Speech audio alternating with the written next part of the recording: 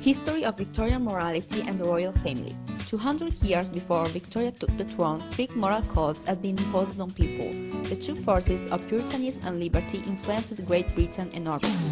They especially influenced the public perception of the northern monarchs. George IV, for example, was perceived as a pleasure-seeking playboy. When Victoria took the throne, the Queen's and her husband's behavior had a great impact on the public opinion. Victoria's husband had suffered from the divorce of his parents, who had both been involved in public sexual scandals. The vision of reality. The word Victorians has come to be used to describe a set of moral and sexual values based on Puritan ideas. The Victorians were great moralizers. The values they promoted reflect not the world as they saw it, but the world as they would have liked it to be.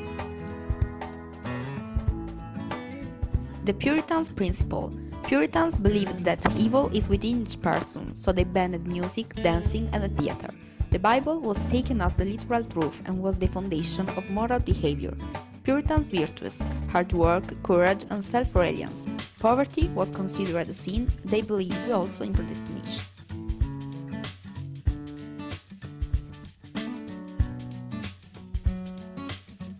Charitable works. Religion and concerns about life after death drew many to charitable works. The church's role evolved, becoming one of the main instruments of charitable action. Civil and religious structure for taking care of the poor began to mix. Social science began to be consulted to identify and subdivide social problems. Respectability. The idea of respectability distinguished the middle from the lower class. Respectability was a mixture of both morality and hypocrisy, severity and conformity to social standards. Prudery. Sex became a taboo subject, and all the words with sexual connotation were replaced by euphemism. Puritans tend to cover nude paintings and also the legs of the table, because they remind to the legs of women. The language of flowers. The use of flowers to convey messages had been used in Persia and the Middle East. It was during the Victorian era that it became popular to use flowers to send secretive messages of interest, affection, and love. Tassi Massi, also called Nas bouquet, became a popular floral gift at the time. Prudery and repression are often associated to the Victorian era, but this is not completely true. Queen Victoria, for example, liked to draw and collect male nude figure drawings, and once even gave her husband one as a present. There were some explicit erotical writings like My Secret Life and The Pearl. Homosexuality was illegal.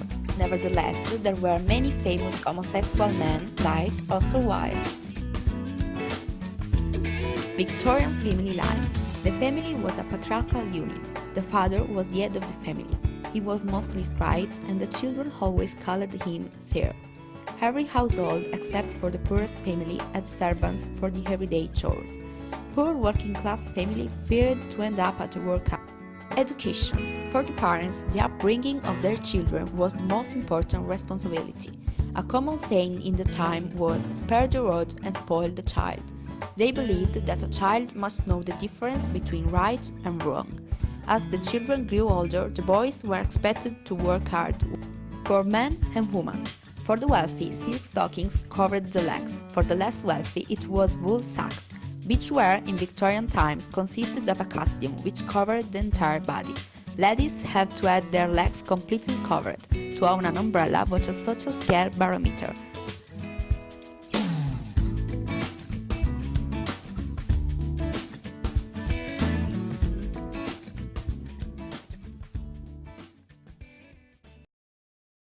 Created using Powtoon.